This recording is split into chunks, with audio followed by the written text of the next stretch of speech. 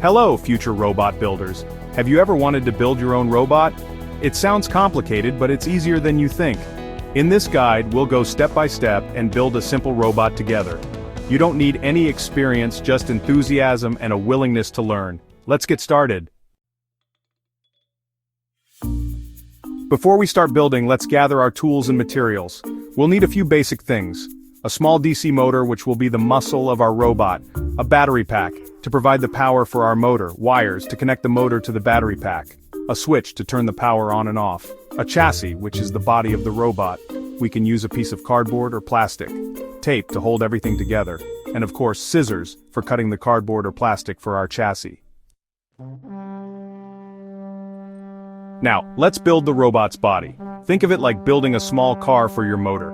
Take your cardboard or plastic and cut out a simple rectangle. This will be the base of your robot. You can make it any size you want. Now use the tape to attach the motor to the chassis. Make sure it's secure. The motor is what makes your robot move.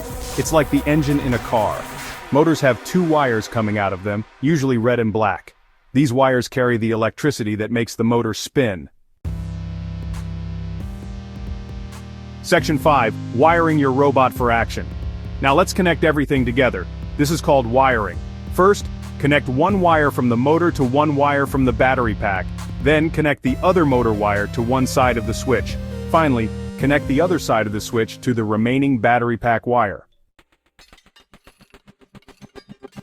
Section 6. Powering up your creation. Now comes the exciting part. It's time to power up your robot for the first time. Make sure your switch is in the off position. Then put the batteries into the battery pack.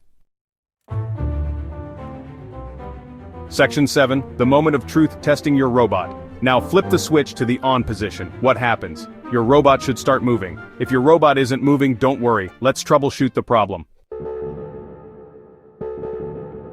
Section 8. Troubleshooting tips. Sometimes things don't work perfectly the first time. That's okay. Here are some things to check. Make sure all the wires are connected securely. Check that the batteries are installed correctly and have enough power. Make sure the switch is working properly.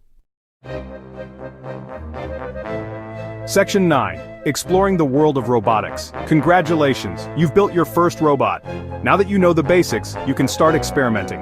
Try adding different materials to your robot's chassis. See if you can make it move faster or in a different direction. The possibilities are endless.